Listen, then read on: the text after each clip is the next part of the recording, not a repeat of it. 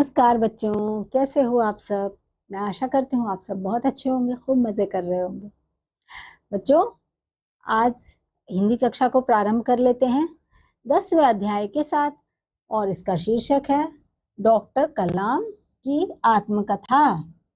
ये है हमारे डॉक्टर कलाम बच्चों। इनकी जो आत्मकथा है उसे हम पढ़ना शुरू करते हैं। मेरा जन्म मद्रास राज्य, जो कि अब चेन्नई है बच्चों, के रामेश्वरम कस्बे में एक मध्यम वर्गीय तमिल परिवार में हुआ था। मेरे पिता जैनुलाब्दीन की कोई बहुत अच्छी और औपचारिक शिक्षा नहीं हुई थी। अपने पिता के बारे में बता रहे हैं कि उनकी कोई अधिक अच्छी औपचारिक शिक्षा नहीं हुई थी और ना ही वे कोई बहुत धनी व्यक्ति थे। इसके बावजूद वे बुद्धिमान थे और उनमें उदारता की सच्ची भावना थी। मेरी माँ आशियम्मा उनकी आदर्श जीवन संगिनी थी। मैं कई बच्चों में से एक था, लंबे चौड़े व सुंदर माता पिता का, छोटी कदकाठी का, साधारण सा दिखने वाला बच्चा। हम लोग अपने पुश्तैनी घर में रहते थे। रामेश्वरम की मस्जिद वाली गली में बना यह घर चूने पत्थर व ईंट से बना, पक्का और बड़ा था। मेरे पिता आडंबरहीन व्यक्ति थे।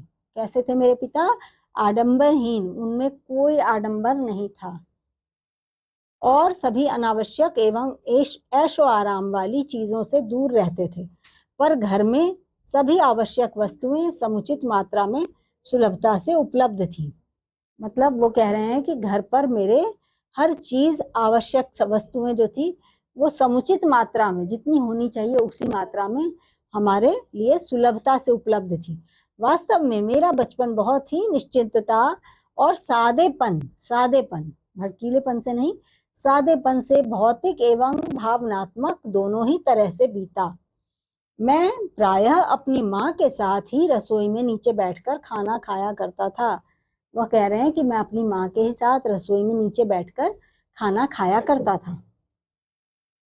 वे मेरे सामने केले का पत्ता बिछाती थी और फिर उस पर चावल एवं सुगंधित सांभर, स्वादिष्ट सांभर देती और साथ में घर का बना अचार और नारियल की ताजा चटनी भी होती।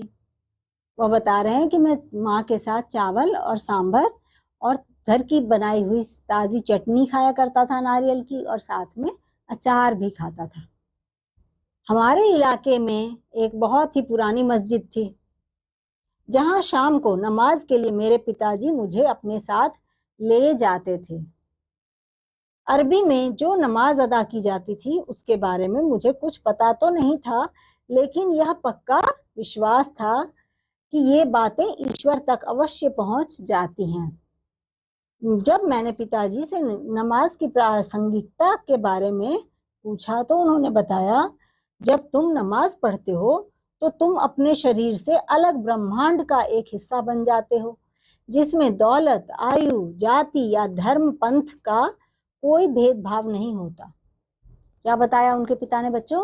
कि जब तुम नमाज पढ़ते हो तो उस टाइम तुम अपने शरीर से अलग हो जाते हो और तुम में ब्रह्मांड की जो शक्तियां हैं बच्चों,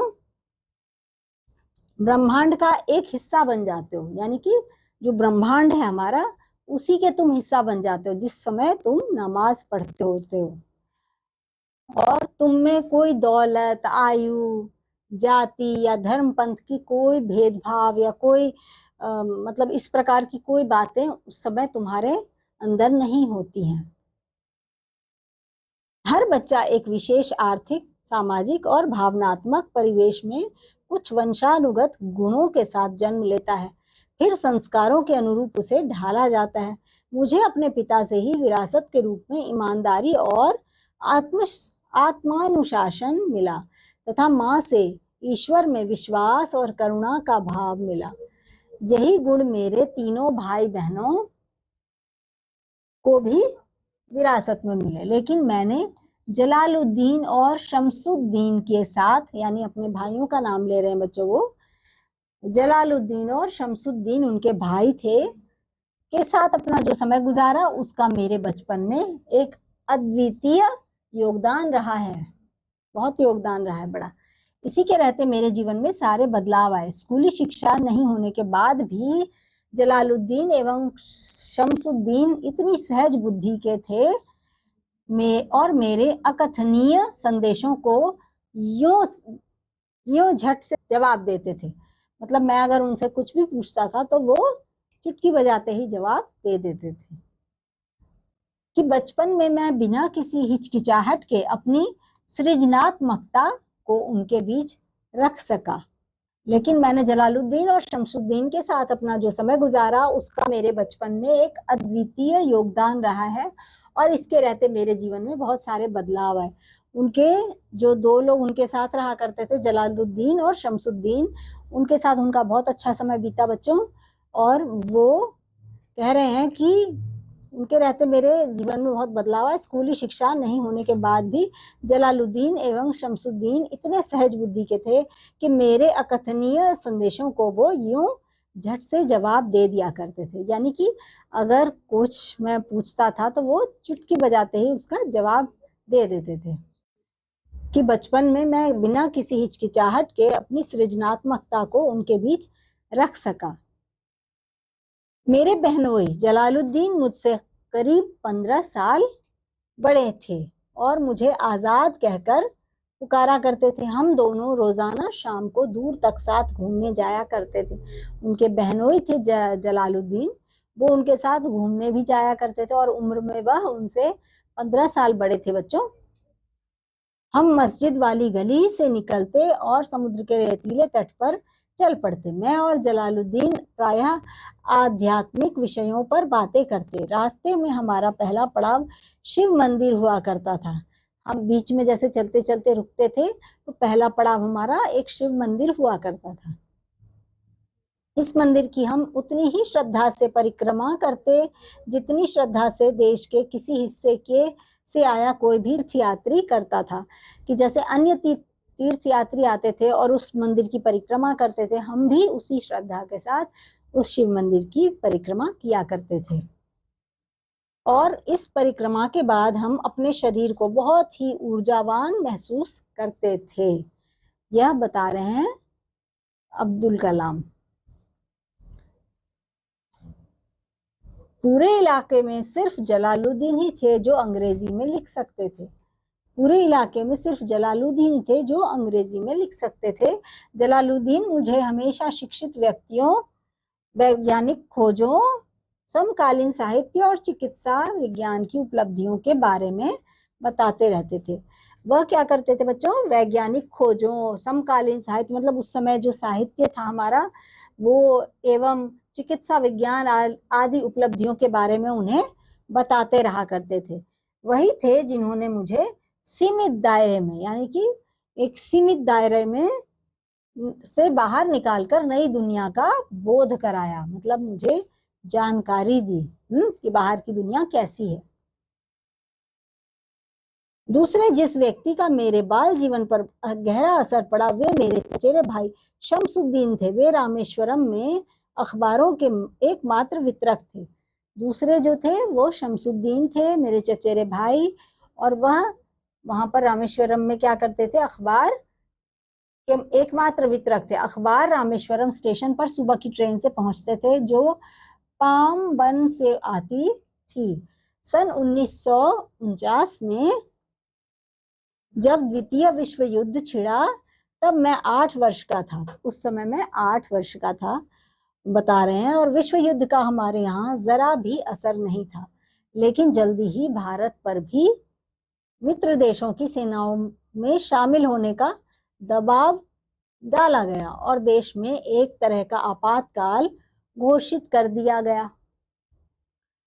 उसका पहला नतीजा इस रूप में सामने आया कि रामेश्वरम स्टेशन पर गाड़ी ठहरना बंद कर दिया गया। यानी कि रामेश्वरम नाम का जो स्टेशन था वहां पर गाड़ी का ठहरना ही बंद कर दिया गया बच्चों।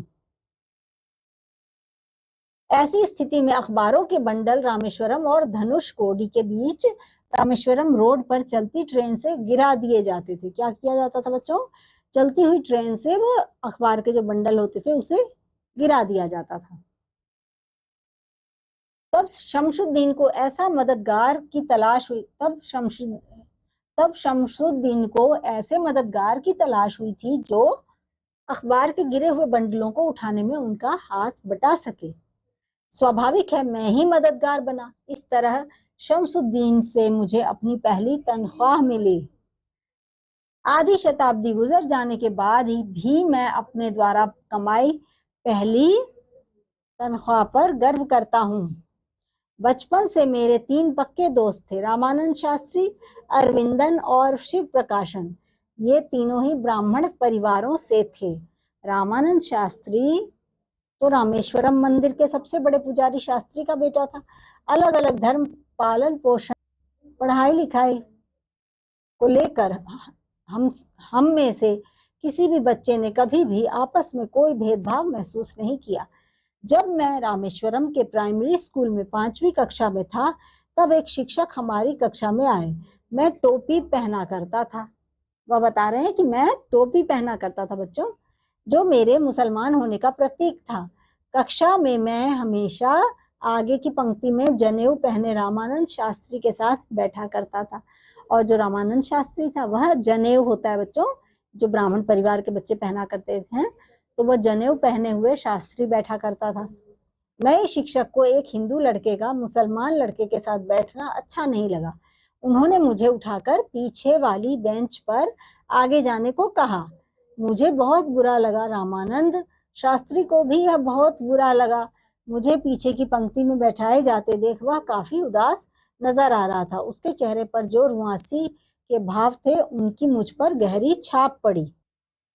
स्कूल की छुट्टी होने पर हम घर गए और सारी घटना अपने घर वालों को बताई। जब उनके स्कूल की छुट्टी हुई ना बच्चों, तो वो अपने अपने घर गए और अपने घर वालों को यह बताई बात।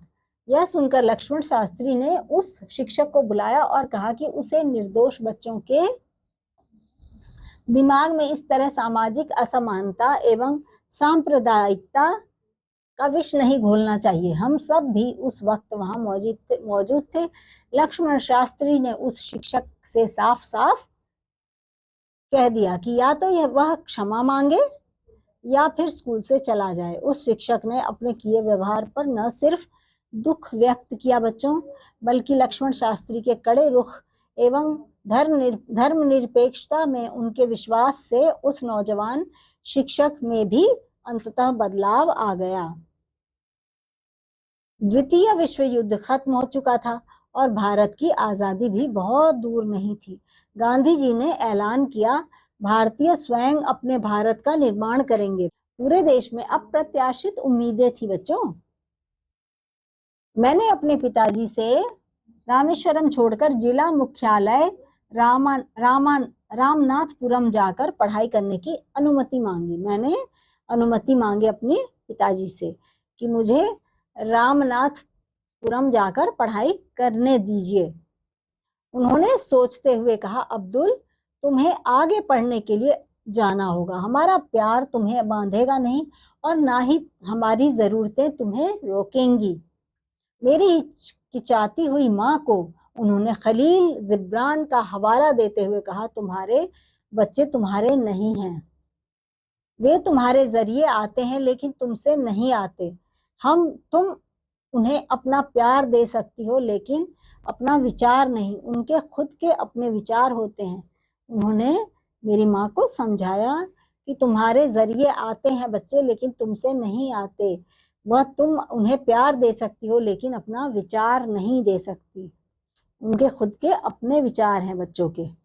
रामनाथपुरम कस्बा समृद्ध होते हुए भी बनावटीपन में जीने वाला समाज था।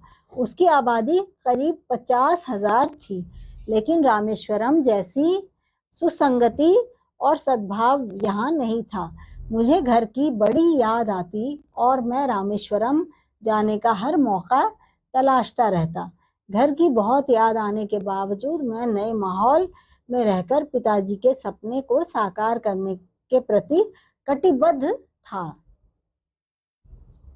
क्योंकि मेरी सफलता से पिताजी की बहुत उम्मीदें जुड़ी थी। पिताजी मुझे कलेक्टर बनता देखना चाहते थे और मुझे लगता था कि पिताजी के सपने को साकार करना मेरा फर्ज है।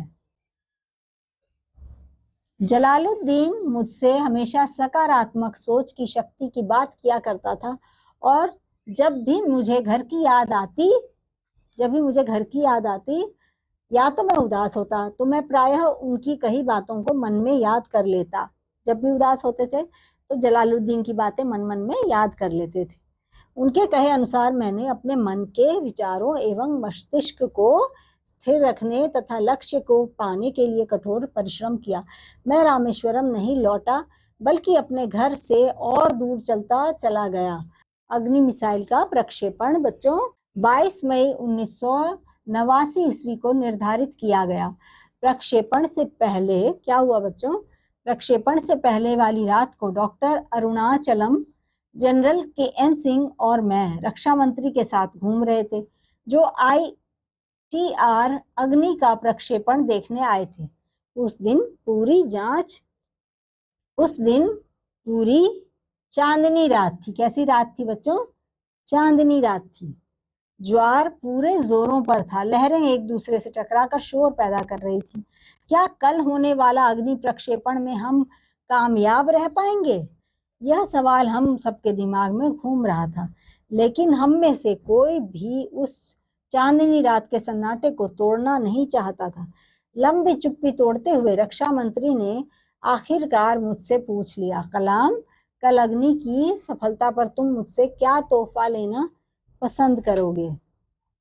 यह एक साधारण सवाल था, जिसका जवाब मैं तत्काल नहीं सोच सका। ऐसा क्या चाहूं जो मेरे पास नहीं है? मुझे खुशी किससे मिल सकती है? और तब मुझे जवाब मिल गया, हमें RCIA में 1 लाख छोटे पौधे लगाने की जरूरत है। क्या जवाब मिल गया? कि हमें 1 लाख छोटे पौधे लगाने की जरूरत है। मैंने कहा, तुम अग्नि की सफलता के लिए धरती माँ का आशीर्वाद ले रहे हो? रक्षा मंत्री ने पलट कर कहा, हम कल जरूर सफल होंगे। उन्होंने कहा। अगले दिन सुबह 7:10 पर अग्नि को छोड़ा गया। यह पूरी तरह सफल प्रक्षेपण था। यह किसी दुःस्वप्न वाली रात के बाद खूबसूरत सुबह में जागने जैसा था। यह मेरे जीवन का सबसे सुखद क्षण था। सबसे सुखद क्षण अपने जीवन का बता रहे हैं कलाम। सन 1999 के गणतंत्र दिवस पर राष्ट्र ने अपने मिसाइल कार्यक्रम की सफलता पर खुशी मनाई। मुझे तथा डॉक्टर अरुणाचलम को पद्म विभूषण से सम्मानित किया गया। मुझे 1 दशक पूर्व मिले पद्म भूषण की यादें ताजा हो आई। मैं आज करीब करीब वैसे ही रहता हूँ जैसे उस समय रहता था। 10 फीट चौड़ा, 12 फीट लंबा कमरा, जिसमें मुख्य रूप से किताबें, कागज के पुलिंदे और थोड़ा सा फर्नीचर था। मेस का बैरा मेरे लिए इडली और सांभर का नाश्ता लेकर आया। वह मुस्कुराया और मुझे बधाई दी। मेरे देश के लोगों द्वारा मेरे काम को प्रदान की गई मान्यता मेरे हृदय को छू गई। बड़ी संख्या में वैज्ञानिक और इंजीनियर देश छोड़कर पैसा कमाने के लिए विदेश चले जाते हैं। यह सही है कि उन्हें निश्चित ही वहाँ पैसा काफी ज्यादा मिलता है, लेकिन अपने देश के लोगों के प्रेम और सम्मान की क्या कोई भरपाई कर सकता है?